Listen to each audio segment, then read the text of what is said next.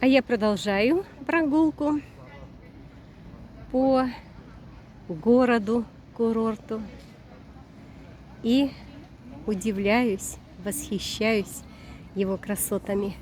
Вот такие лавочки оригинальные для отдыха в парке в виде улитки. Как же приятно присесть и отдохнуть в тени раскидистых пальм на этой сказочной чудо-лавочке.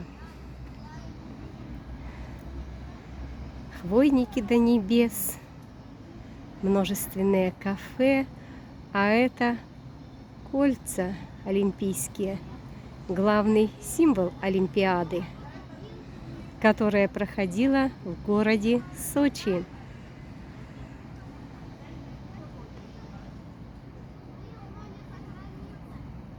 Город Сочи. Октябрь.